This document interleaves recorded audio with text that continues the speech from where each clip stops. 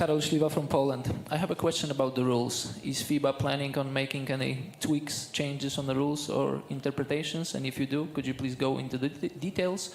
And second question, specifically on possibility of taking a timeout during the live ball, which is allowed in NBA, still not allowed in FIBA. On a great example, there was 6 or 7 seconds on the clock in the game Latvia against Germany. Latvians got the ball. And yeah, if they had a chance to take a timeout, they probably would have and had time to prepare the set play.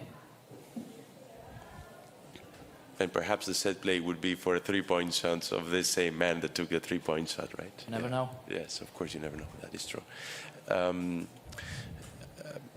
We have our technical commission, just to tell you a little bit the decision-making process. We have a rules advisory group, which includes NBA and NCAA representatives, as well as coach and player representation.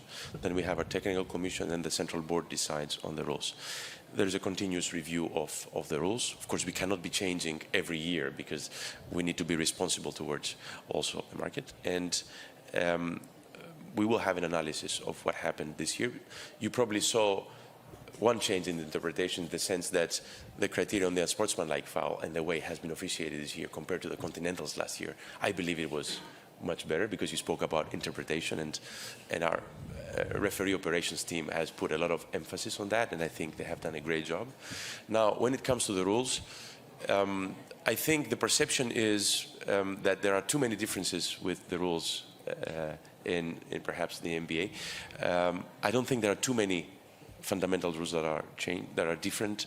The size of the court perhaps is one of them, and the lines or the interference. But what I would say is that right now we don't have a specific idea on going immediately to a change. I think we need to see in detail the analysis of this tournament, which always gives us, because it has a very high number of games, 92 games, and to go after that into an analysis. I don't expect any changes in the rules before the Olympics.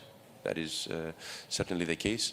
And looking now on the road to Qatar 2027, I think after the Olympics, between the Olympics and the Eurobasket 25 for Europe, the America or Asia Cup, and the Afrobasket, we may have some tweaks in the rules. But I cannot tell you exactly in which direction. I don't think the timeout would be one of them. I have not seen it in the analysis of our experts so far, and then we will see. I would like sometimes that our rules not only catch up with the athleticism and the tactics of our game, but sometimes the rules guide where the game is going, and I think this is part of our job as well.